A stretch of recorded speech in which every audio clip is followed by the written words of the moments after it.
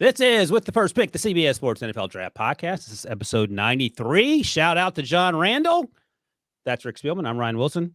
Rick, what is your favorite John Randall story? Oh, I remember when I was advanced scouting for the Detroit Lions, and I went up to watch Minnesota Vikings.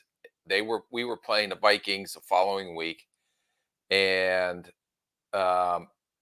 John Tierlink was our defensive line coach with the Detroit He's Lions. a big guy, right? Yeah, big guy, really unbelievable defensive line coach. He coached John Randall and coached all the Vikings guys and everything. Really good coach. I think he lasted or went to Indy after that, So great career as a defensive line coach. And John Randall was so intense. So I was in the Kingdome out in Seattle before they blew it up.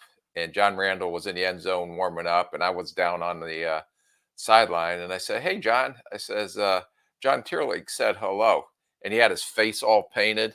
Mm-hmm. And I thought he was going to kill me. He lifted his leg up like he's going to piss on the pole, like he always does, the dog. My God. And he goes, "How can you even talk to me before a game about friendship stuff?" He just started screaming at me, and I was like, "All right, dude, relax." So Never he talked to him again until we retired, and then came up to the alumni events with the Vikings. I think we talked to him at the Miami Super Bowl, and he's not that tall, right? No, he's taller than Pete, taller than you. So he's about 5'11", 6 foot. Right. Yeah. He's like a James Harrison body type, but he might be angrier. He's angry. All right. Well, good. I'm glad to hear that someone gives it to you like you give it to me. Yeah. No, By the way, I give it to you I don't want to steal your thunder. Yeah, we're in the business, Rick. You got to tease it up. So let me set you up so you can tease it up. It's Pop and Drop Tuesday, of course, where we highlight some of the top performances from last week's college games. And we'll get to some quarterbacks we've talked extensively about in Caleb Williams, as well as focus on one for the first time this fall anyway. Tulane's Michael Pratt. They played Rice over the weekend. And then we'll get to some other standouts from Saturday's action. But the big story today, Rick, is Will Levis. Titans rookie second-round pick, making his first NFL start, and my man had himself a day against the Falcons, so we'll obviously chat about that. Take a look at number 1 versus number 2, Bryce versus CJ down in Charlotte, and rank our top 5 rookie efforts from week 8. But first things first, Rick, if you're watching us on YouTube at NFL and CBS, you can see on the official With the First Pick Draft countdown board. How many days we got? We have 177 days until the 2024 NFL Draft, and 77 days before I can unleash on Ryan Wilson and his comparisons and everything else he tries to put together for this draft. I checked. I'll double check after the show, but I think January 12th is D-Day for me. So make a note. By the way, if you missed it, last week, Rick and I handed out grades for the 2023 rookie first rounders on the offensive side of the ball. And this Thursday, we'll circle back and look at the defense. Those shows, both past and future, as always, in the old podcast feed.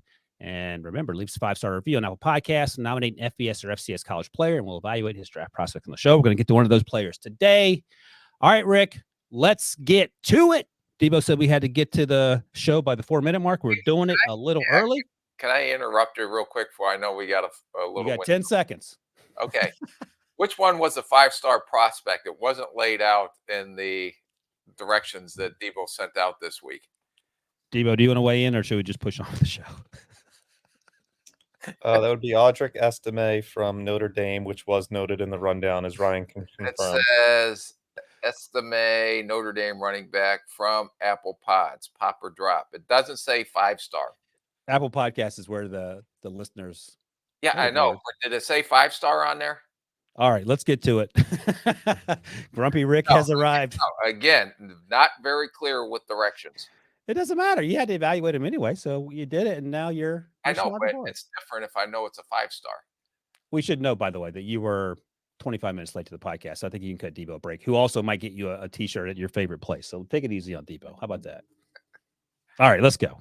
We tried, Debo. We tried to get there. First up, Caleb Williams. So I was able to point out another mistake by Debo. We're not even 4 minutes into the show yet. Again, you don't understand how being nice to people pays off when you ask them for something. You continue to go in on why all of Debo's shortcomings. Oh, and by the way, Debo, will you get me a Hallmark shirt when you take the tour of the studios? I think that's enough. The silence speaks volumes. Caleb Williams at Cal. And that the USC was down 28-17 at one point in the first half. I don't know why Caleb's catching a lot of flack, and I think that's just part of the process of being the most visible player in college football. Maybe his dad's comments have something to do with that. Maybe the losses in recent weeks have something to do with that. They were down early, came back and won because of Caleb in large part. He doesn't play cornerback. He doesn't play linebacker, but he is the best quarterback in this class. So I think you agree that he had a good game. But let me start here because some of the comments that we see, even on our podcast, when I go back and look at them, is Caleb holds the ball too long. And while that's great in the Pac-12, which is actually a really good conference this year, that doesn't translate to the next level on a consistent basis. So if you're an evaluator, what are the concerns with all his hero ball that he plays, usually with much success at USC? What does that look like on Sundays next year should he come out? Yeah, well, we said the same thing about Bryce Young. We said the same thing about CJ Stroud. We say the same thing about all these young quarterbacks because they can hold the ball. You can say the same thing about Michael Penix. You can probably say the same thing about almost any one of these quarterbacks coming out. They can because they can get away with it. When we talked in the preseason and we talk about the game slowing down, which actually means the opposite, which means their process is speeding up. It comes with touch, it comes with timing, it comes with understanding the speed of the game because the speed of the game at the next level is totally different than even in the Power Five conferences. And so that is something that needs to be worked on. Is it a deterrent or a concern or something that will plague him? Probably not. But every quarterback almost coming out of the college holds on to the ball too long, especially the guys that are far superior from an athletic standpoint. They can do that because they know they can get away with it. Eventually, they learn they can't get away with it at the NFL level. So that's when they have to start getting through the reads and everything we talk about, getting through the progressions. We're going to talk about these rookie quarterbacks for the 100th time today. And Bryce Young has gotten better Ooh-wee. every single week because he's getting through his reads, he's getting through his progressions, he's getting the ball out. Even though he's got a really crappy offensive line in front of him, he got nailed. But if anyone doesn't think that kid, regardless small or not, isn't tough, he is one tough hombre. Very first drop back at Kwanu. I don't know if it's Kwanu's fault or not, but the blitz that came off the right, he did not pick up until that person had demolished Bryce Young near the goal line. But we'll talk about that in a moment. Bryce played pretty well. Caleb played even better. He put the team on his back as he usually does. And we have a note from producer Debo here. It's a good one. How come we don't hear this pushback with Drake May, who they lost to Virginia, Georgia Tech? He's been inconsistent. He's still QB2. And is part of it just the perception? Like his dad's not a pain in the butt. He doesn't paint his fingernails, whatever. Or is there something else going on? I think a lot of it is when you're the king and you've been talked about Yeah. as number one prospect for the last couple years, everybody's going to take shots at you. They always do, especially if you're sitting on top. And for as much notoriety as he gets, for as famous as he is, I mean, you see him on the Fansville commercials, you see him on Wendy's. Wendy's commercials, all this stuff. So of course he's going to get some shots thrown his way, and if he's not perfect, people are going to try to poke holes at him. But watching him this game, I thought this was maybe the best game he played all season. He just never quit, put the team on his back. I mean, why don't you get on their defense or why don't you get on their Right. offensive line? It's like a sieve. And instead of criticizing him, give him credit for the athleticism he has and how he does buy time. Because a lot of times you can say he holds on to the ball, but why is he holding on to the ball? Because his receivers aren't even out of their routes yet, or they're not getting open, or they can't separate in man coverage. So, yes, does he hold the ball some? I agree 100%. Is it always his fault? No. If I had his athleticism and his arm talent, when you see him roll and the arm strength he has Woo. just to flick the ball downfield and his vision down the field, don't discredit him for that. Those are plays that are phenomenal type plays that will translate to the next level. When he gets to the next level, is he going to have issues? Of course he is. All the rookies do, trying to adjust. But I think it's totally unfair to say that everything relies on him because even in their losses, Notre Dame was his worst game we've seen. We talked about that in the first half, and we talked about how he rallied in his second half. The second loss, he carried that team as far as he could. He does need some help with some other parts of the game, offense, defense, special teams, to help that. But he is doing everything he. Do you think? And I'm going to ask you this, Ryan Wilson, Yes. that the USC Trojans would have the record they have if Caleb Williams was not their quarterback? They would look like Shedeur Sanders looks playing behind that Colorado offensive line, and they would be worse because their quarterback wouldn't be Shedeur Sanders. Yes. They might have two, maybe 3 wins. Maybe. Yes. Yeah. And the left guard from Colorado, I don't know who it is, but he did not have a very good game when we talk about some of the pass rushers from UCLA coming up. He prefers to remain anonymous, I've been told. But yeah, Caleb Williams, it is funny that I'm in the position, like when I'm talking to, if I go to Connecticut for HQ for the weekend and I'm talking to our colleagues, having to defend Caleb, like our buddy Joe Musso, and I don't think he would mind me saying this, one of the issues he had with Caleb was his body language. Joe's a Notre Dame fan, but I said, well, that second half, he played out of his mind. The subsequent game, the Utah game, he was on the bench and he was dejected because this team keeps losing. And all the things I've heard is that he's a great teammate. He's great in the locker room. So I'm okay with emotion if your team's not performing the way they want to, but he's not in anyone's face. He's not pulling a Derek Carr last week when they lost. Is that anything that pops in under your radar? No, he's dejected. He just laid his heart and soul out and every body part he has out on the field in the Utah game. And you come up with a loss, that's emotional. That tells me he cares. And he's not doing it in a negative or derogatory way towards his coaches, towards his teammates. He was just dejected after I put my heart and soul into this thing. We lost. And I'm sure it was not because how we played or didn't play. It's because the team lost. Yeah, no, I'm with you. And it's funny that we are Ask Musso how Sam Hartman's playing too. Although they played pretty good against Pitt this week. Yeah, Sam Hartman's, we talked about him early in the year when they beat the brakes off of Navy, but we'll circle back to that. But I mean, I'll just say this: Sam Hartman, incredibly handsome. Sam Hartman also not Caleb Williams when it comes to quarterbacking, but there's only one Caleb Williams. And another huge game. We didn't talk a lot about the Cal game, but he, again, put that team on his back, and they had a lot to do with their success. All right, I'm assuming I'll give them the old rubber stamp Bryce Young pop here. Yes. Pop. Next up. And this is a guy I was interested to see because I haven't seen him in a few years. I think I saw him his freshman year against Oklahoma on the road in Oklahoma, and they beat him up pretty good in that game, but he's a tough kid. And Michael Pratt, Tulane, they played Rice. Luke McCaffrey, Christian's brother, plays for Rice, had a nice touchdown catch. He's been doing that on the regular, Luke McCaffrey, and that's a guy we'll talk about as we get through this process. But Michael Pratt, quarterback, pocket passer, has a little athleticism. I questioned some of the decision making, but there was just one game. Rice isn't a powerhouse, but they competed. Terrible pick six to Gabriel Taylor, Sean Taylor's younger brother, which was a fun fact to learn. I didn't know that. Yeah. In fact, I think it was a pick to the 2-yard line. He didn't take it all the way back. He took it back inside the 5-yard line, but it was a great play, jumped a route, terrible decision by Michael Pratt. He's going to get drafted. The question is, where do you fit in? What box does he fit into? What did you take away from watching him play in that Rice game? Yeah, I think he's big. I think he can put velocity on the ball in tight windows when he has to. He's pretty good accuracy at all levels of the field. I didn't have any questions that he can come in and make the NFL throws. Is he athletic enough? Yes, but he's not a tremendous athlete, but can buy a second chance. He'll get some positive yards if he has to scramble. But again, that's against Rice. So there are other dudes that can run a little faster in the NFL. But his decision making, I agree with you. Why would you do some of the throws that he did?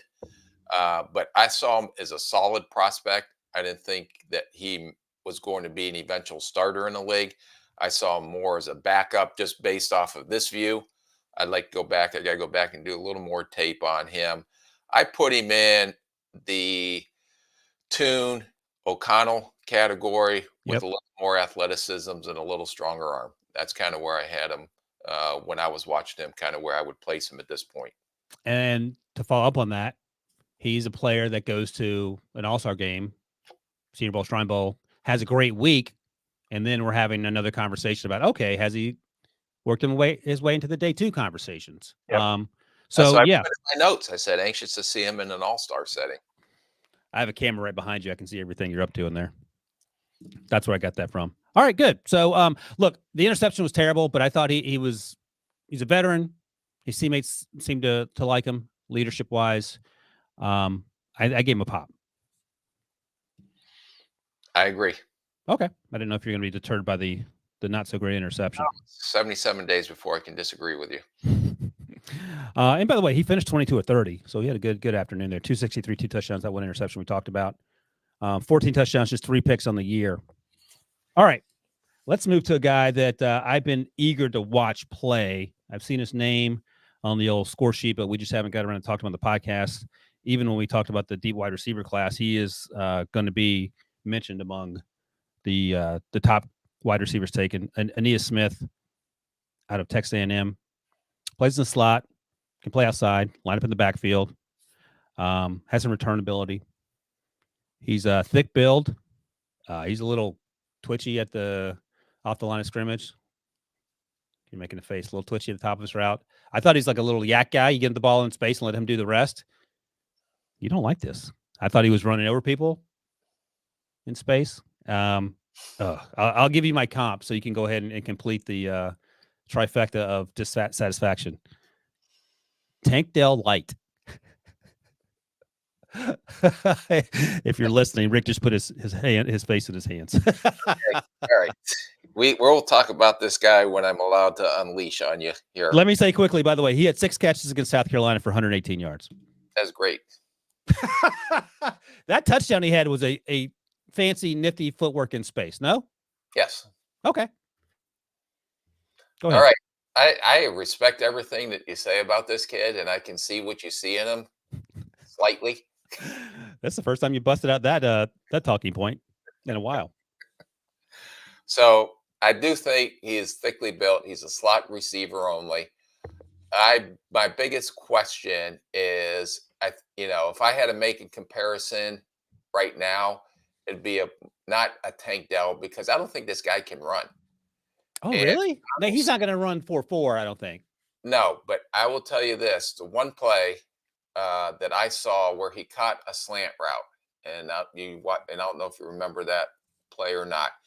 And he had an angle on the defensive back, and he put the skids on, and he is elusive after the catch, and he was going to his right, and then he cut it back to his left. Anyone that has confidence in their speed would know that they can outrun that angle, and he would have scored a touchdown. Oh, okay. But he hit on the skids because he doesn't have a lot of confidence in his speed. Now, is he strong after the catch? Is he elusive? Does he catch the ball well enough? Yes, all those things I would agree with you. I do not see the speed in this kid, and the only reason I say that one play really stuck out to me, that I had an angle on the guy. The guy was closing on me, and I didn't trust my speed, and I hit the skids. I made a miss, and I cut it back to the left. But anyone, the Tank Dells of the world, or the guys that have speed, are just going to keep running because they know they can outrun that angle and get into the end zone. Who's a comp that's built like that maybe runs a 4.56? I'm not saying that's what he runs, but if we're just going to have the conversation. My guy that popped into my head now that we're doing this, because I have, I do it off the cuff here. You Rolodex. You Rick Rolodex. Yeah. Was a little bit of Parker Washington, who came out of Penn State. Yeah, he's a Jacksonville. I don't know if he's done a whole, but we certainly haven't talked about him this season. Mm-mm. Okay. I don't hate that. That's surprisingly a little better than Tank. Yeah. A little better than Tank Dell Light. More in the category than a Tank Dell who can run like 4.1. Tank Dell Light. I said light. Like Diet Coke, not Coke, Diet Coke. I don't get light. What? Because he's not light. He's heavier than Tank Dell. He's a lesser version of Tank Dell. That's what light means. Does that mean speed? What does light mean? Huh? It means everything. Huh? It absolutely means nothing. Hey, listen, buddy. 77 days. Tone it down. All right, Parker. See what you see in him. Yeah. There. That's all I'm asking for. All right. See in him. Aeneas Smith. So I'm giving him a pop. I'm interested to hear what you're going to give Aeneas Smith. Drop. You are giving him a drop. Golly, the guy had 6 catches for 118 and a touchdown, but because That's he great. did not run the guy to the corner, you're on Rick's drop list. All right, fair enough. Now, I think I know the answer, Papa drop wise, to these next two guys. We'll group them together. We've talked about Leatu Latu, edge rusher out of UCLA. Going to talk about his teammate, Gabriel Murphy, edge rusher out of UCLA. And I say edge rusher, they line those guys up from 9 tech all the way in. And they do a lot of standing up, A gap, just no hands on the ground and just harassing the offensive line, interior, or edge rushers.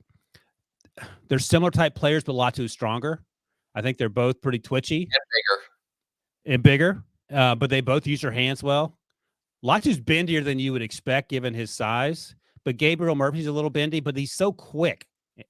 Here we go. There he's I mean, that's not the picture I want. He's not bendy there. He's missing Shador. But he's quick through the A and B gap too when he's asked to pressure the interior offensive lineman. He's not the player that his teammate is. He's not going to go in the first round, but I'll just go ahead and give you the spoiler here. I think he's a day 2 guy all day long. Okay. Are you done? Yeah, your turn. Okay. 10, 9, 8, 7, 6, 5, 4, 3, 2, 1. Okay. What's that? Is that to compose yourself? Yes, that is. Everybody told me to count to 10. Not out loud so the person knows that you're. Oh, was that offensive? I'm sorry. The thing is, you like Gabriel Murphy. Go ahead. Latu, it was like when we watched him, I can't remember the game that we watched him earlier. And it was San Diego State or somebody. They played Coastal Carolina in the beginning, I think. Oh, yeah, whatever. That was like, we said that was a clinic. This was even a better clinic. Because Latu is bigger. He's explosive. He is heavy-handed, but he is so smooth with his movements. And his wiggle on pass rush moves, his ability to arm over or to counter inside. Now, again, the right tackle from Colorado and the left guard from Colorado had a rough day, to say the least. But Latu, like I said, I went back and I wanted to see him against Utah, and I actually still pleasantly surprised. I think this kid's a really good football player. I think he has first-round potential. I just don't know from the medical standpoint what will happen as teams start doing a medical on him. Is it the neck or the back or both? Yeah, but you remember he had to retire, and then he had to go through a couple schools until UCLA. He was at Washington originally. That's right. So I tell you what, he looks healthy. Yeah, no, he does look healthy, but again, teams are going to go and put him through every MRI machine in America and CT scan and every other scan that is made possible. Let me ask you this though: if you didn't know anything about him, but you just watched his 2023 tape, he is a first-round talent. Okay, just want to double check. But all right, he could be one of those guys where you have in a first-round talent box or in the talent box that I talked about. Yeah. But he may be in a critical box on the medical. And then if our doctors or if any team's doctors do not pass him, we would put a red card on him, which means he's untouchable. No matter what, you can't touch him. Let me ask you this, and if you don't want to answer it, you don't have to, of course. Montez Sweat had a heart condition come out late in the media during the draft process. He had an absolutely great Senior Bowl, ran well at the combine. Was that a situation where you had medical concerns? Or yeah, I can't. Yeah, I don't want to talk about that one. I don't want to get okay, that's fine. brought into court for HIPAA law. I tried to set you up. You didn't fall for it. Yeah, okay. Try to get me off the show. I have to do it from my during my hour recess. Your rec time. Yeah, my rec time. You have to do it on the phone through the plexiglass. Yeah, I could be like going through the plexiglass. Why you in, Rick? Yeah, Ryan set me up and I broke everything. America on a player. Yeah, you can't. You'll be right. Look, you'll be the coach of the football team on the inside there. Yard. Yeah, longest yard. There you go. Maybe my acting career will come through one day. There's hope. All right. What about his teammate Gabriel Murphy? Pleasantly surprised. First time I watched this kid. Love his motor. Love his energy. Love his straight line speed. Plays with his hair on fire. I just had issue with his stiff hips because I don't think that he can break down, but he makes plays off his energy and effort. These guys play in the league. I didn't see him as a first-round talent, but I'm anxious to see how big he is. He's not as long or as long-limbed. Talking about his arm length as his counterpart, Latu is. But this guy is a very good football player, even though he has some physical limitations. So where are you playing him at the next level, or do you need to wait and see the height weight? Yeah, I want to see the height weight. No, I think he's an outside edge guy. I think Okay, he may because be they just move those guys everywhere at UCLA. yeah, I think he can't play inside. Yeah, So he's too small to play inside, but he could carve out a role as a potential DPR. I was going to say, yeah. Yeah, yeah. Because sometimes on third downs, you move those guys inside anyway and have them sort of standing up and harassing people. Right. Yeah, but I can see him carving out a role. I don't see him as a 17-game starter, but I do see him carving out a role as a potential pass rusher. Do you not want to yet go on record and say he's a day two guy like I did? Well, yeah, no, you're exactly right, Ryan Wilson. No, thank you. I agree with you 100% for 77 more days. I say it all the time. Is that so hard? Say it to my wife. Is that so hard? Yes, it All is. right. Yeah, it's incredibly difficult. Latu, I'll talk for you. Pop. What do you think about Gabriel Murphy? Pop. He is a pop. I agree. So we've run a pops here, and you dropped Aeneas Smith very disrespectfully, but that's okay. All right, Those next are up. not principle. Not a principle. This is our 5-star review. It The doesn't Apple- say it's from the Apple Pods. That's what it says in parentheses. It doesn't say 5-star review. Apple Podcast is the only place, as it relates to this podcast, that you can leave us a 5-star review and It nominate. didn't say that in the directions. Does when you drive your car, does someone have to tell you every time to hit the brake and hit the gas, or do you just know to do it? I just know to do it because that's the rule. This was not laid out clearly in the directions. Again, very vague. By the way, Debo thinks abstractly. He doesn't think. I like things linear and explained to me. I was reading through the comments from our offensive rookie grades show last Thursday, and someone left a comment that they had to quit listening when you didn't understand how pluses and minuses worked in the grading system. Rick, one by one, killing our audience with not knowing how pluses and minuses work. I know how they work. It just wasn't laid out that you're allowed to use them. Well, I told you could use them on this Thursday, but you refused, so we'll see how that goes. Now I'm not doing it because of principle. Out of principle. Some might call it spite. All right, 5-star review, Apple Podcast, Notre Dame running back, Audric Estime. I haven't watched him closely. I just watched him on Saturdays when Notre Dame plays. He's fun, man. He's a lot of fun. They play Pitt, and Pitt's had some struggles. But whatever. You played the team that's across from you. And he's got a lot more wiggle than I expected him to for that size. He can put his foot on the ground and go. He had that 80-yard touchdown run against NC State where he outran 4 or 5 dudes to the end zone. So he's faster than you might expect, just seeing him stand up in the backfield because of his build. And I don't mean that disrespectfully. And I think, you know, it's funny. I'll start with this. A couple of years ago, we talked to Kyron Williams at the Combine, the running back out of Notre Dame who ended up going to the Rams. Had a good season. Then he's been injured for the last few weeks. And the first thing I said to him was like, you are the best blocking running back in this class. And he actually didn't want to talk about it because I think he had been labeled that to the extent that he wanted people to know that he could also be what his job title says, an actual running back, which I thought was sort of funny. I think Estime, and having not gone through all the running backs right now, is going to be one of the best blocking running backs in this draft class. What do you think of that? Yeah, no, I thought he gave good effort as a blocker. He's big. He's physical. He's a downhill runner. He doesn't have the speed to get outside. And by that, I mean, when they stop and start to try to bounce it outside, you seen Jahmyr Gibbs last night. You seen Oh, my what goodness. AJ. You know what you Those do to me guys if I mention Estime and Gibbs in the same breath? Yeah, well, I was waiting for that comparison. Beat me to it. Yeah. But this guy has good patience. He has vision running in line. He runs with power. He does need to get his pads down some. He's a little high through contact, but he just goes forward. Hands are okay out of the backfield. I wouldn't call them elite hands. Hey, Rick, let me stop you quickly just to ask a question about that. So his pads are too high. I don't think he's tall. He looks like he's probably 5'11", maybe, but we'll find out. So obviously you can see just physically if he's standing up too tall when he runs through the hole, but is he getting hit and falling backwards? Because it felt like to me he was falling forward a lot. Yeah, no, that's what I said. I said his pads are high, but he continues to go forward. Okay. Gotcha. Okay. But if his pads don't get down, he's going to get knocked back at the next level. Okay. Gotcha. Okay. So, but he can get away with it at this level. Against Pitt. Yeah, I don't think that he is exceptional in space. and he's a build-up speed guy. I see this guy as more of a singles and doubles downhill runner than like a true home run hitter. Although he did have that long run, as you mentioned, in the North Carolina State game, but it took him a while. He's not a 0 to 60 guy, 0 Yeah. to 60 miles an hour instantly.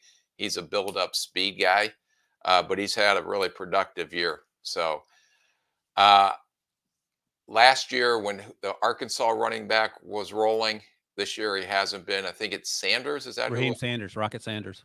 Yeah. So those two kind of reminded me a little bit of each other. Sanders has not been nearly as productive as we've seen when we did the summer scouting. Yeah, has the knee. Yeah. So, but this kid is kind of a similar type back, I guess, that if I had to try to make a comparison to another black that I've seen this year. I say it all the time, so this will come as no surprise to you. I struggle the most trying to figure out where these running backs go just because of need, and we talk about the value or being devalued. Can he sneak into day 2, Estime? No, day 3 guy? I think he's a Thursday guy right now. Now, if he runs fast, he may sneak into day 2. But No, Saturday guy. Or Saturday guy, yeah. Thursday, that would make news. No, Thursday the following week, I think. But let me ask you something. You talk about his build-up speed. Let's say he runs a 4.6. No one caught him for Mincy State. Now, maybe all those guys run 4.8s, but I think there's some defensive backs there struggling to keep up with him. So 4.6 will, for a skill position, will have a factor on where he's drafted. Even though he's outrunning everyone to the end zone. He plays faster, maybe, but Yeah.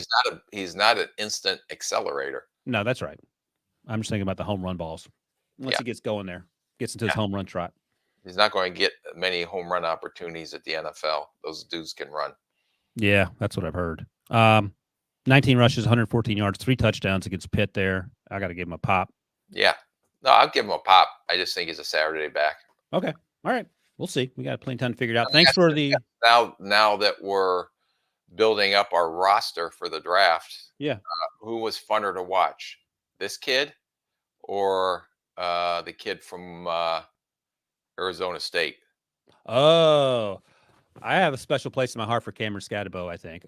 SMA was fun. I was surprised at how much more athletic he was than I thought, just by looking at him as a sort of a bigger back. But Scatterbo, I think, is more versatile. He can punt, which is, I love saying that. He can throw the ball if you need him. He can run the Wildcat. I think the SMA ran the Wildcat a few times. He has return ability. So the versatility is a little more intriguing to me. I don't even know, is Estime a better athlete? Like, I'm not sure he is. Yeah, but I'm just asking. You're on the clock. Yeah. Oh, I'll take Scatterbo. Okay. I like the versatility. Okay. Ours, my comp that you love, Danny Woodhead. Yes, that's perfect comp. All right. Let's take a quick break, and when we come back, it'll be the moment everyone's been waiting for. We're going to talk about the best quarterback in the NFL today, tomorrow, in history. In history.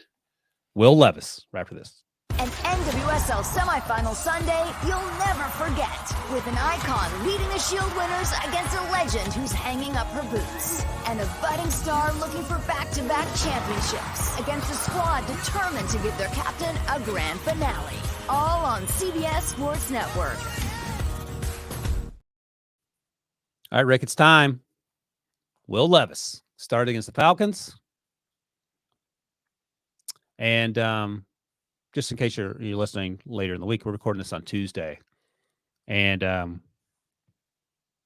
mentioned that because we're going to talk about Kirk Cousins in a little bit, the guy that you signed. And terrible story in Minnesota. He was playing great. But for now, let's talk about Will Levis, something positive. 19-29, 238 yards, 4 touchdowns. For reference, Ryan Tannehill, over the course of the entirety of this season, has only 2 passing touchdowns. And these weren't little dump-offs and the running back, Derrick Henry, to the rest, or Tyjae Spears to the rest. My man was dealing. The first one was a bomb to DeAndre Hopkins, who hadn't scored a touchdown all year. I think DeAndre had 3, at least. I think Westbrook Ikine had the other one. One was a slant to DeAndre. Thrown behind him, but great catch. Whatever, it counts. I'll give him a pass on that. He had a couple other throws Will Levis did that were dropped or caught on the sidelines that could have been a great downfield throw. The final throw across the field, and it was thrown with a little anticipation. Westbrook-Akine was neck and neck with the safety when the ball left his hands, and then he was wide open by the time the ball arrived in the far corner of the end zone. I don't know what the downside is from his performance against a Falcons defense that isn't elite, but it's an NFL defense, and it was his first start, and he looked great. He did. I will give him credit for, and a couple of points that I want to make on him, that his strength of his game is his arm strength. We've always talked about that. And Tennessee, up until Levis came in, has been a dink and dunk offense. Run the ball, some play action, but basically dink and dunk. All of a sudden, I give credit to the offensive coordinator there, to Vrabel there.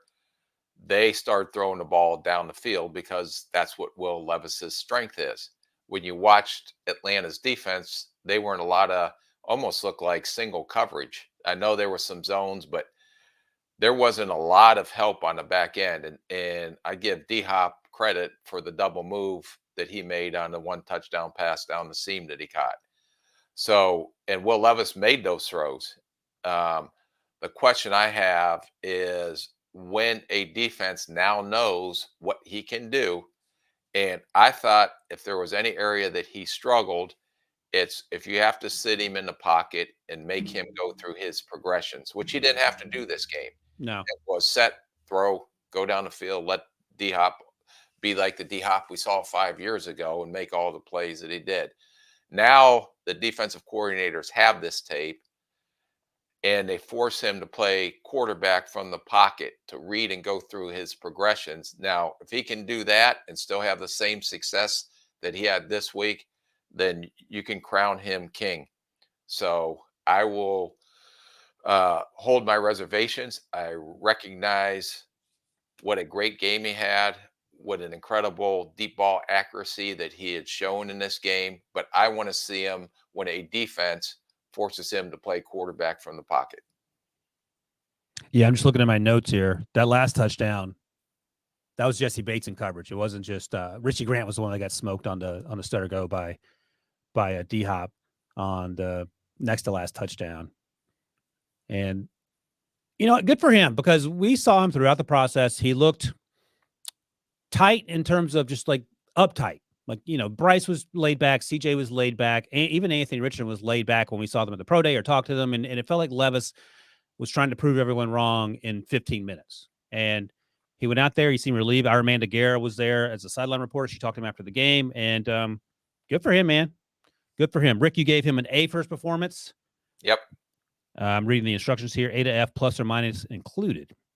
No plus or minus from Rick, so he must just want to give an A. I will give him an A plus, just so I can outdo you. Price is Right's reverse rules. Okay.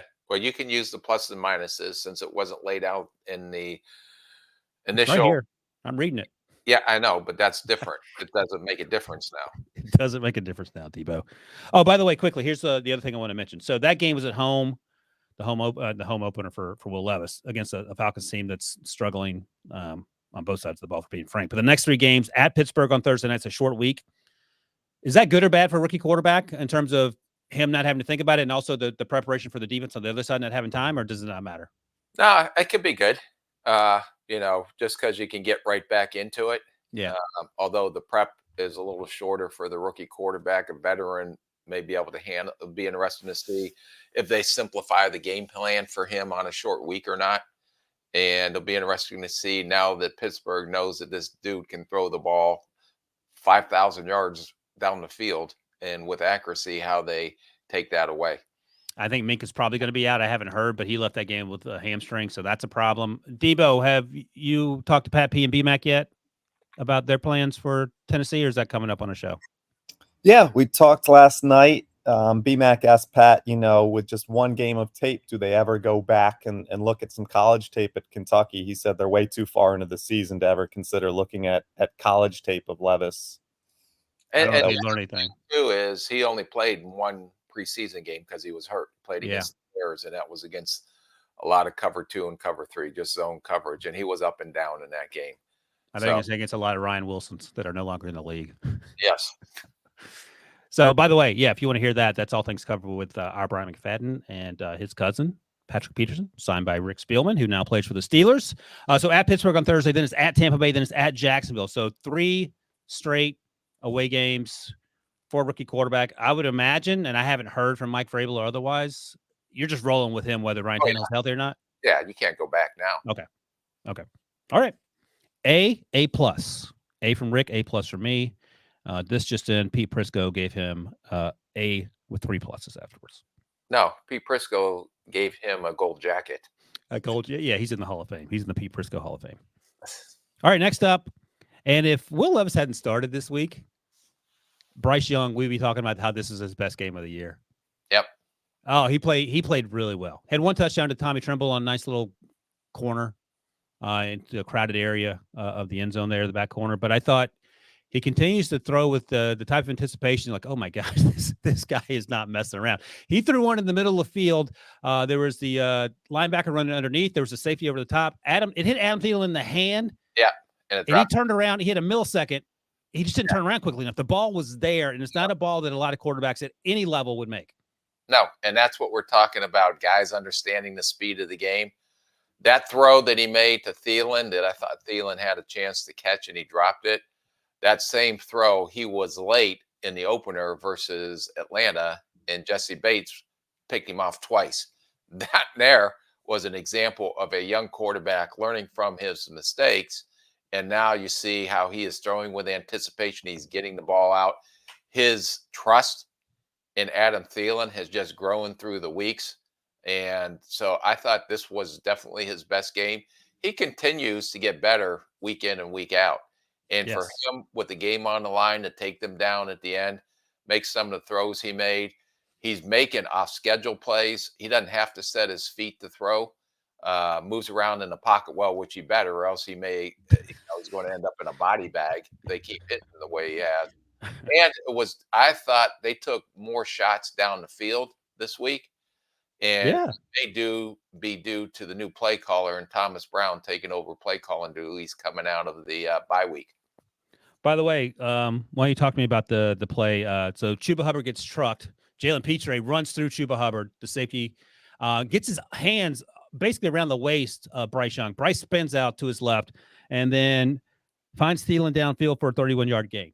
I mean, that to me is sort of what he's done all season and having to run for his life, but it seemed to all come together on Sunday. Yeah, and he kept his eyes downfield, and his accuracy down the field may have been in question early, but that has improved. And he is just getting more and more confident with the more reps he gets. So you gave him an A. I'm going to give him an A as well. Let me ask you this. If you're the general manager or the coach, do you have a conversation with Bryce through the first 5 or 6 weeks when all the losing? Because you used to you'd have your people give you like the press clippings, right? So you knew what people were saying about players or not? Yeah. So he was catching a lot of heat until this win here. They were 0-6. Is that something you would pull him aside and say, don't worry about it? You let him figure it out himself, or does it just depend on the player? You don't have to do that with Bryce Young. Okay. Bryce Young is so mentally tough and so, I don't want to say callous, but doesn't listen to the outside noise. He is just so honed in and focused. One of the most mature kids I've ever been around, and is able to handle that type of criticism or whatever is coming. Okay. He just goes out and plays. Yeah, he seemed unaffected by it, but it's something. They say he can block out the noise. Well, it worked out in his favor on Sunday, and that was a huge win. I didn't think they were going to win, just in part because of the offensive line. The defense played extremely well, which they had struggled to do for much of the season, and also because of the player we're going to talk about next, C.J. Stroud, has been playing at such a high level. C.J. looked human. He didn't look bad. He just looked human. He looked like a rookie quarterback. Yeah, made some really good throws. Yeah. He just did not look as good as he had earlier in the season. Maybe coming out of the bye, I don't know, to get back in rhythm because he was playing at a pretty high level. And probably will get back on track. But I didn't think this was one of his best games, but it wasn't a bad game either.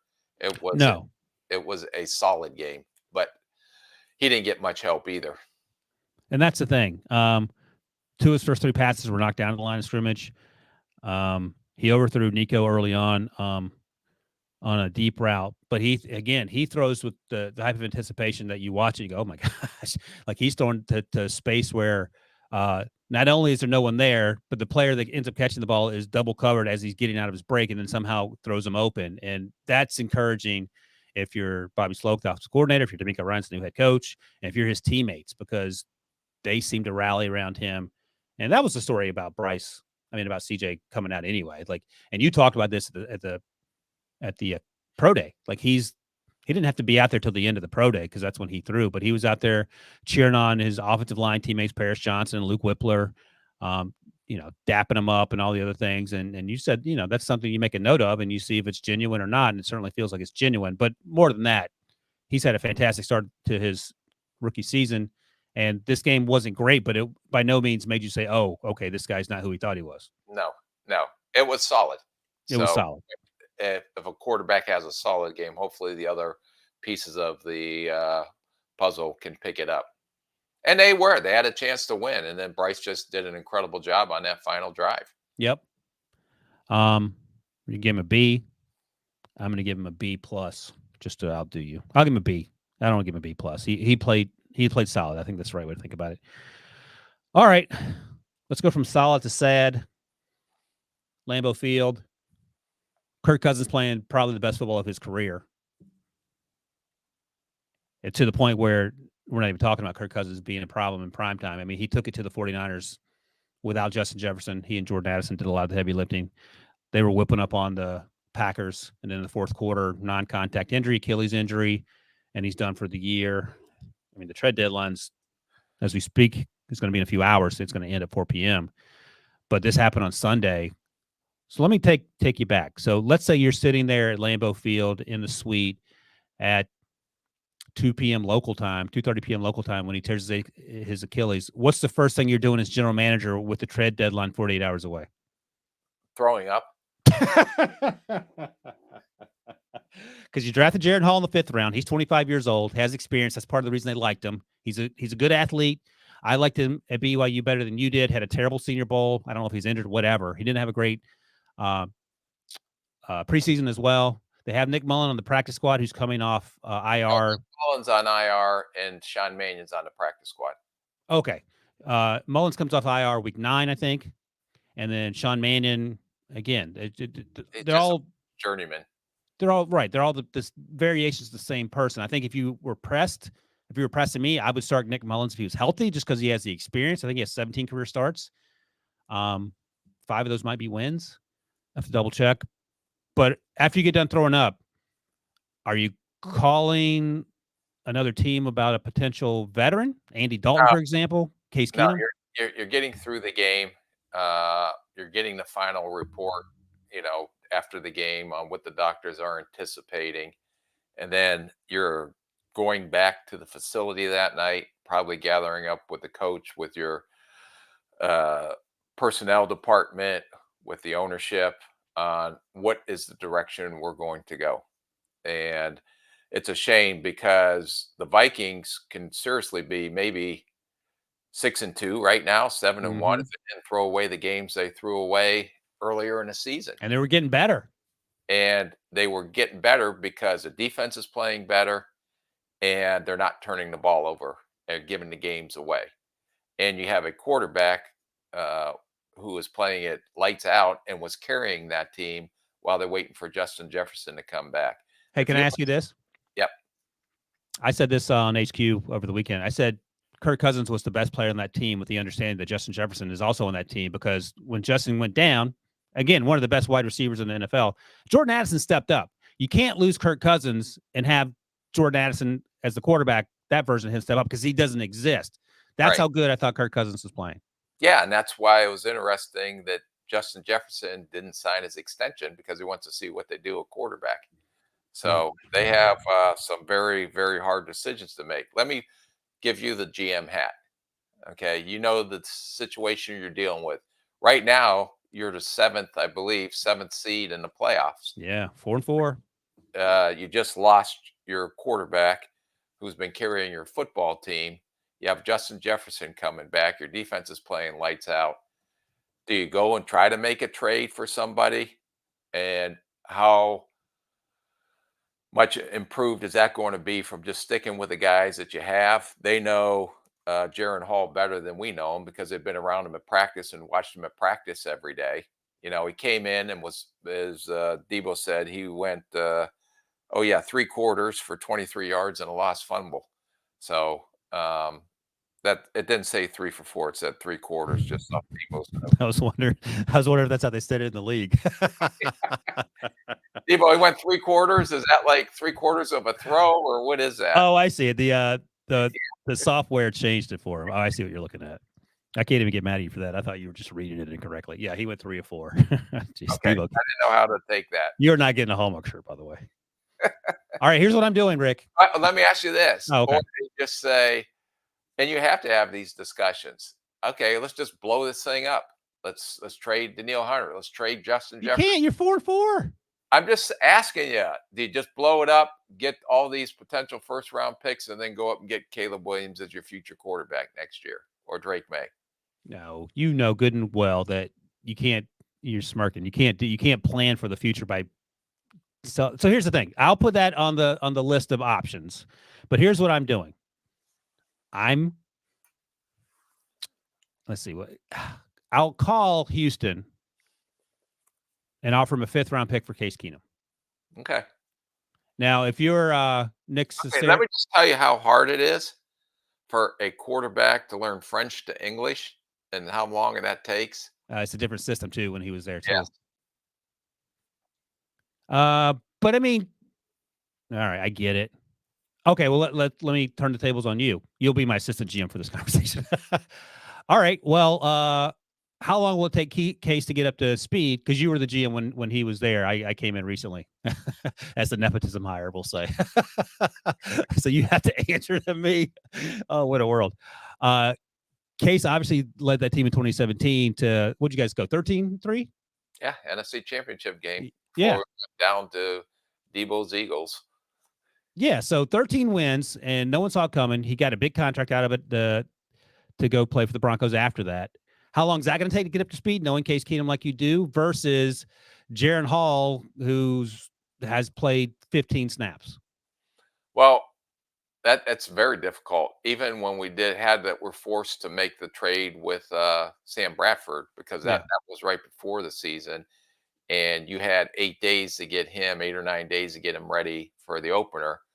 That gave you some time, but it still was dummied down. You can put segments of the system in and what he can function in, but you can't throw him the whole damn offensive scheme. It's impossible to learn everything. And you're having a translator out there, or he's trying to translate learning. Not so much the concepts are kind of the same, it's the language. Right. So we called it this in Philly. We call it here in Minnesota. Hey, can I ask you a question, sort of a logistical question? But what if you just put it on the wristband? Is all right, call play 4. Yeah, no, it's totally different because there's a lot of nuances in between. I've said overall the global view is pretty similar. Yeah. But there's so many nuances that are in between. And so then there's the different teams have different rules or whatever. Yeah, it's okay. Well, where's my hot read? Well, in this Yeah. system it was over here, and this system it's Gotcha. over here. All right. So you got to roll with Jaron Hall. You can learn the play, but you have to know what everybody's doing. Yeah. So I'm hearing you got to roll with Hall, Mannion, or Mullins is what I'm hearing. Unless you go out and get someone who's familiar with the system. Kevin O'Connell, I don't know his coaching tree. Do you know where he? No, I'm just like I read somewhere that Colt McCoy was in, and I believe they were together in Washington. Colt McCoy is an improvement over Nick Mullins. I shouldn't have hesitated. That's clear. I think that's clear. Okay. All right. Yeah. Terrible situation. Yeah. I'm not down on Colt McCoy. I'm down on the fact they lost. And I did text Kirk yesterday and got a really nice response back. Just wishing. That's the other thing. He is the nicest human being. There is not a kid that I've ever been around that is so strong in his faith, so strong in his family values and his relationship with his wife and his kids, so strong in his work ethic to try to get himself not only physically but mentally prepared, how hard he studies. There's no one I've ever been around that's been so, I would almost say, obsessed in making sure he's doing everything right. And I was going to say, he's a lot tougher than people give him credit for. Like, he throws his body around, and it's clear, he never missed a game till this. That's right. The only time he missed with us is when we held him because For we had the COVID. playoffs locked up. No, we had a COVID, and then we had the playoffs locked in week 17 of That's the right. Chicago Bears came in, and there was not a meeting, so we sat them because the game didn't mean anything. We were locked. Who played quarterback for that game? I can't remember. Okay. Yeah, but the toughness, because I would give Kurt a hard time over the years when he would throw the ill-timed interception in the fourth quarter in prime time. But this year, I've had nothing to say about the way he's played. And like I said, he was the best player on that team, and I don't even The think last 2 years, I mean, I think Kevin O'Connell's done a phenomenal job with him. Yeah. And I didn't know this, but I was reading up on it after the injury. Kevin O'Connell's also a quarterback. Like, he was a private quarterbacks coach Right. through his journey. So he has a sense, in addition to being a quarterback through coming up and getting drafted and all that, he has a sense for what exactly the job entails and what it looks like. So knowing all that, maybe that's why they're not rushing out to go get anyone, because he knows for various reasons throughout his journey that this is not something you can just flip a switch and roll someone out there. And Andy Dalton out there, for example, and just pick up where he left off. Yeah. And All right.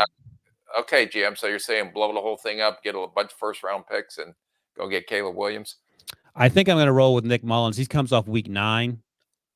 The problem is now, oh my gosh. So now I got to roll with Jaron Hall this week because he can't come off. Nick Mullins can't come off till week 9. Trade deadline's passed. So now I'm screwed.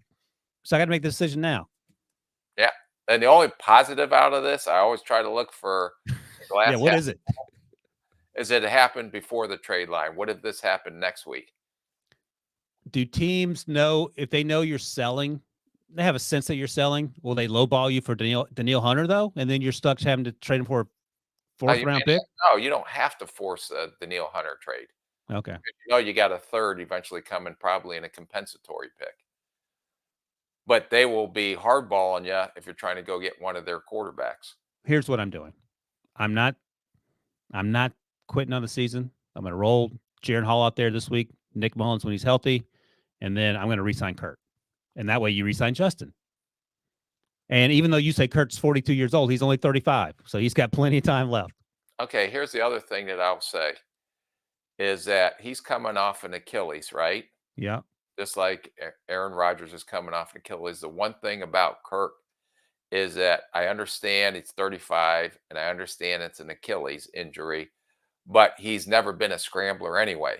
And what makes him so great is that he is a pocket passer that stands in there, throws with anticipation, throws with tremendous accuracy. So I don't know if this will have as big of effect on a quarterback than if it was someone that relied on his legs to make plays.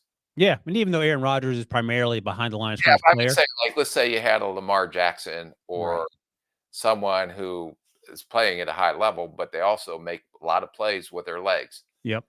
But Kirk, I don't know, since he is a pocket passer anyway, how big of an effect this will have on his future going forward. All right, one last question, then we'll move on because we spent a lot of time on that. I think it's worth it, but I don't want to keep you all day. You know you have important things to do. If you're Kirk or his agent, would you sign a 2-year deal worth whatever the going rate is? 2-year $80 million deal, a 2-year $90 million deal, or is the 2-year, do you want more than that? Well, I don't know what the dynamics were, why they didn't sign him Oh, okay.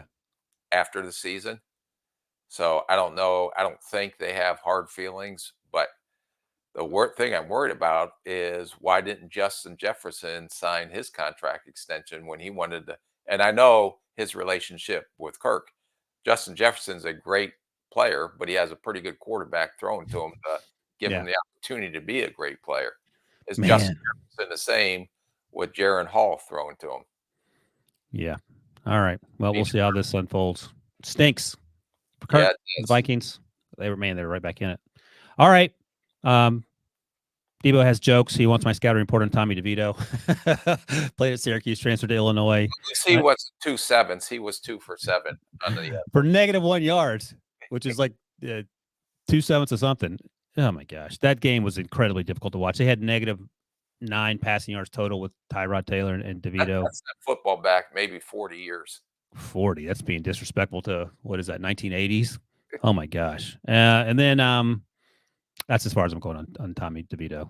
I'll ask you quickly about this, about Brian Daboll. Brian Daboll is emotional on the sidelines. He got after Tyrod a few weeks ago when Tyrod made a mistake at the end of the first half and they were going off the field, and we saw the shot of him sort of in Tyrod's ear. and he's demonstrative at times. Is that? And I know you've admitted to being demonstrative in the suite, but there's no one watching you while you're getting fired up. Is it too much, or is that it's okay because that's who he is? Do you want less or more? Because sometimes I'm like, all right, you don't have to. You can crush the guy and get to the locker room, but you don't have to do it in front of everybody. Yeah, I think it's an emotional game on the sideline, and what makes him a great head coach is probably his fire, his competitiveness that was shown last year when they overachieved, probably where they were as a team.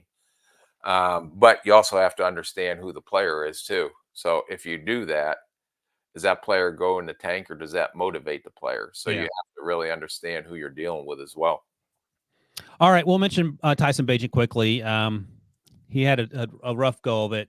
I mean, look, not entirely his fault. The Chargers finally decided to play 4 quarters, and they're a better football team on paper. Tyson Bagent's a backup who we talked about last week, had a great start in their win against the Raiders. This time he threw a bad interception, had another one. Probably should have had 3 or 4. Yeah. He's going to have to start again, it looks like, for Justin Fields. What's the hope going into this third game after a high and a low? Well, it just seemed like they controlled him and limited his ability to have to think too much in that first game against the Raiders. With Right. getting throws, just get the ball out, running the ball.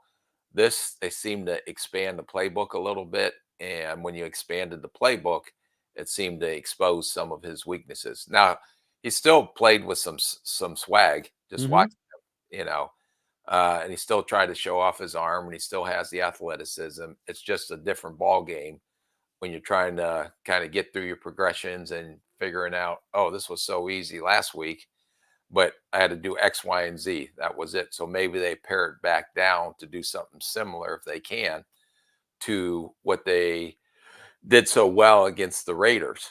But then that other team has that game on tape. So, okay, if that's all they're going to do with them, this is how we're going to take that away.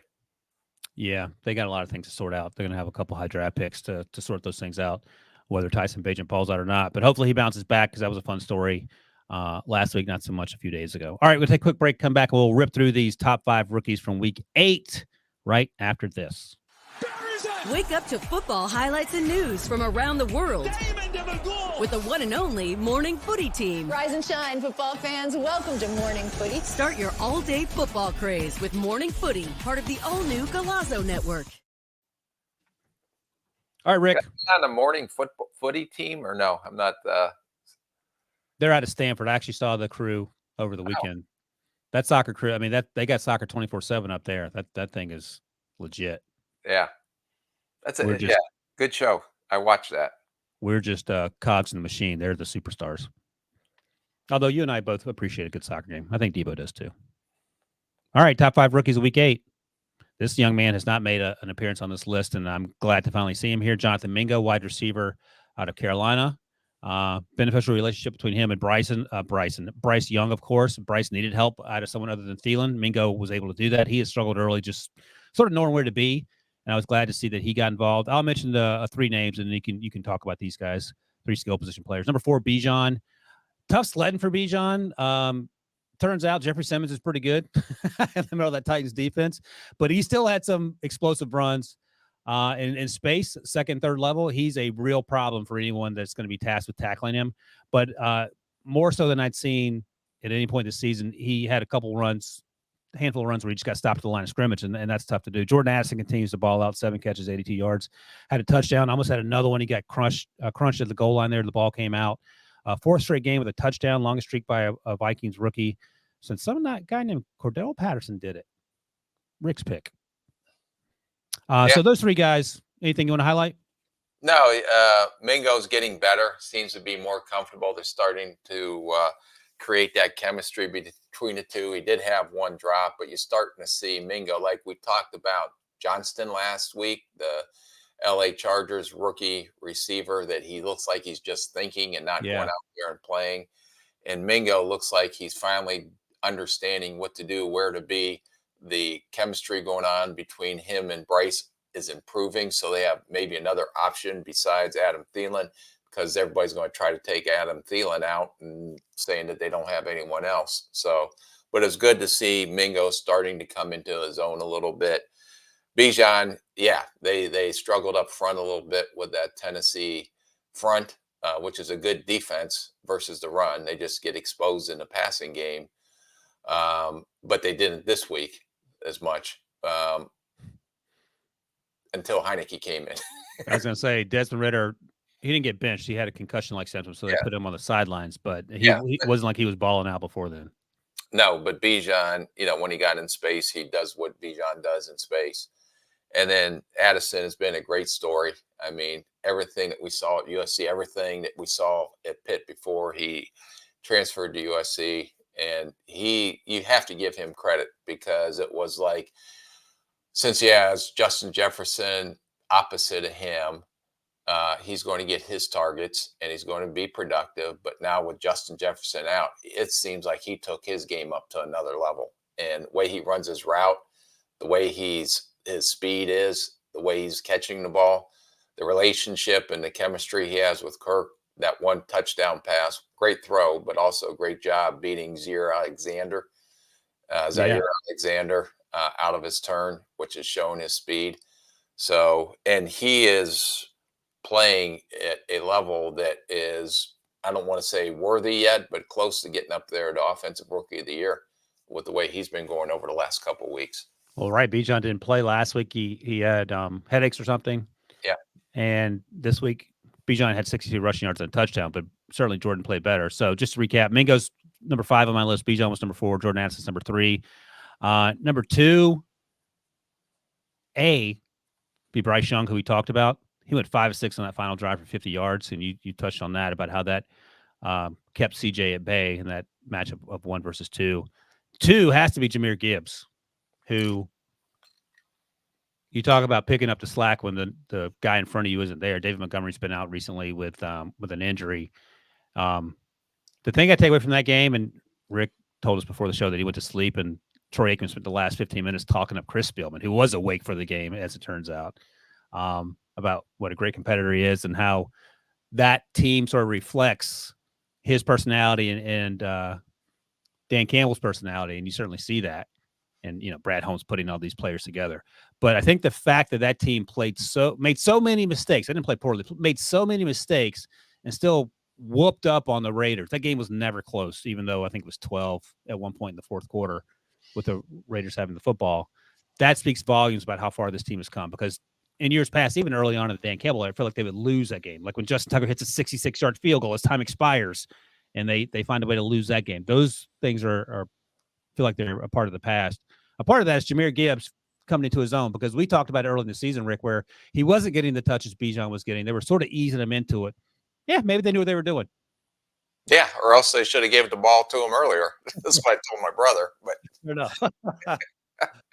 but now, and I said this back in training camp, and everybody, yaha, laha, you're wrong, is that Montgomery, when he comes back, and Gibbs is a better combination than would be if they would have kept Williams and Swift. And I still believe that. And now you're seeing Gibbs kind of get an opportunity to be the lead dog and what he can do. And he's not just a running back. We talked about that. He's a playmaker on offense.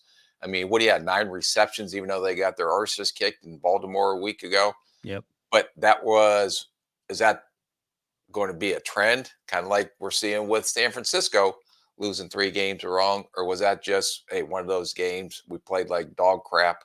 And it's a good team too. Yeah. So, and they rallied last night and found a way to win, even though it could have been a lot worse. I mean, a lot bigger score. Yeah.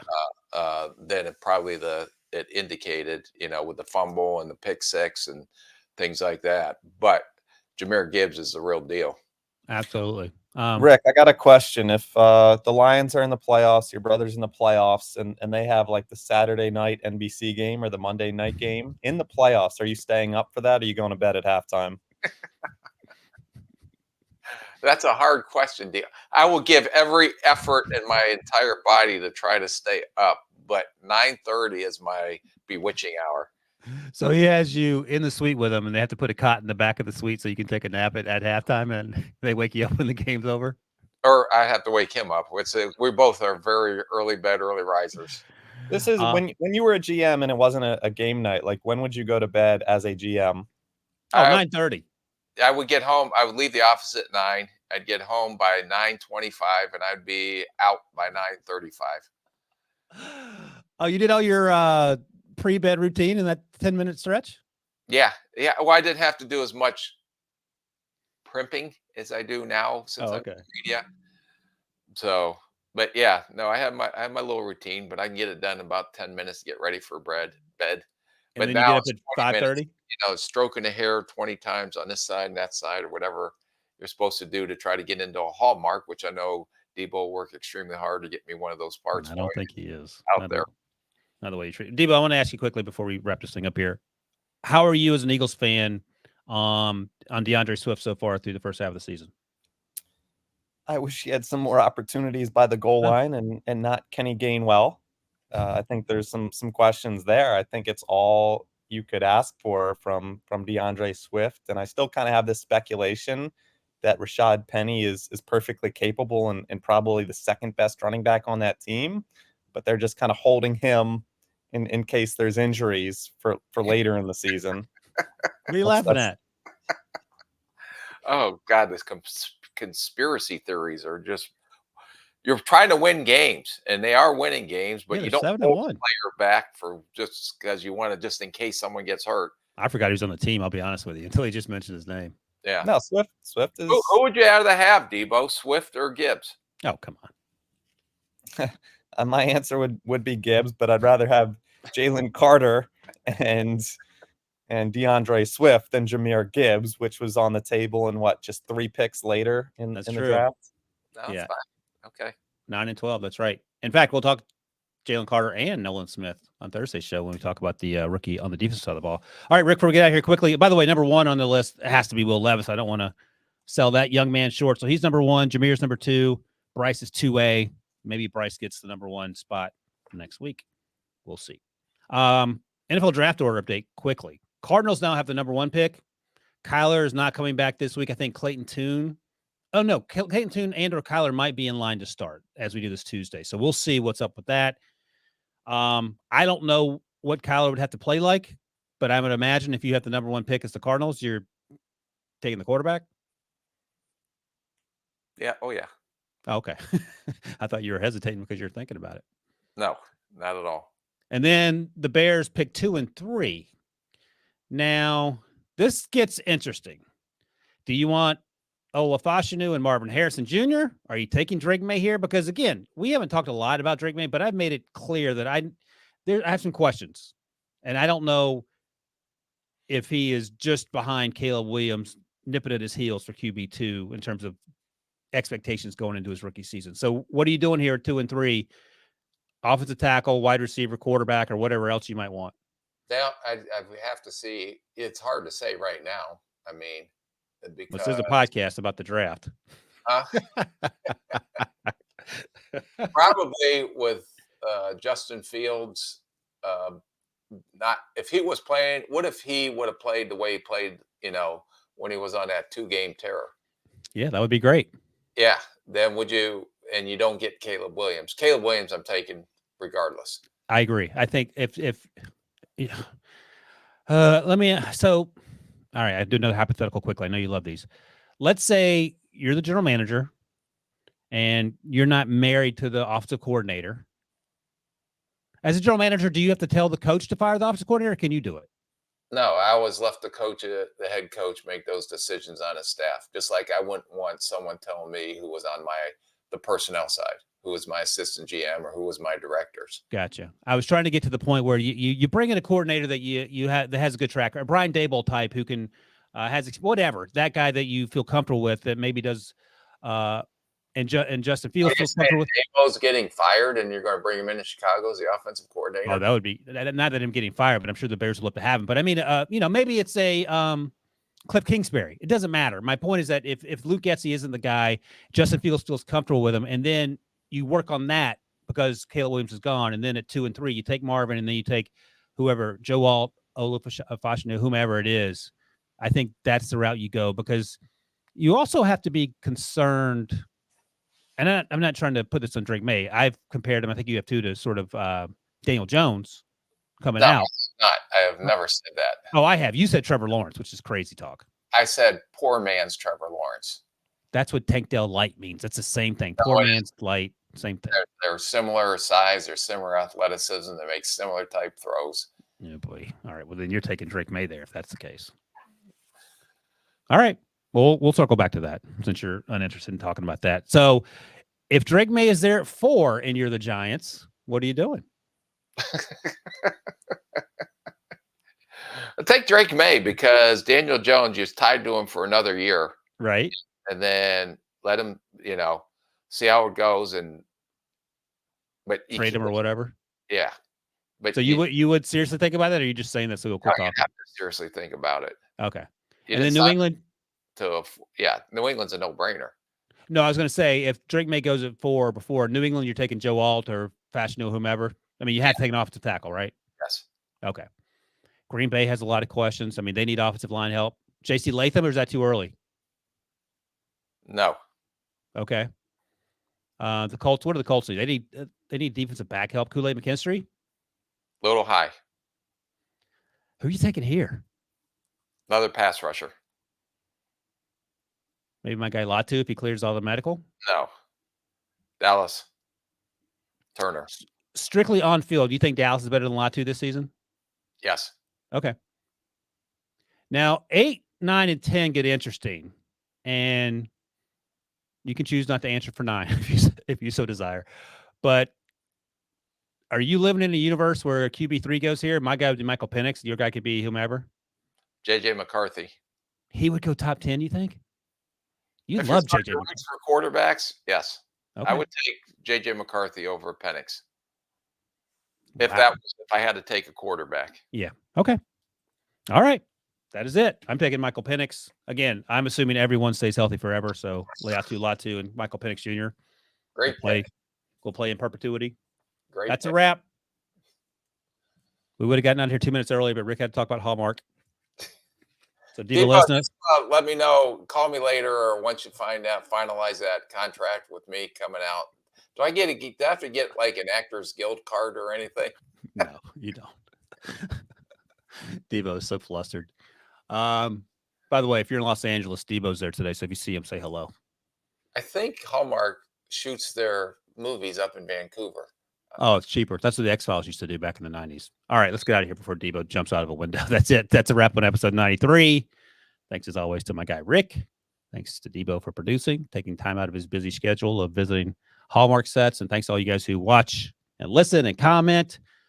And we'll be back on Thursday. Talk about our top NFL rookies on the defensive side of the ball for the first 2 months of the season. All right, see you then.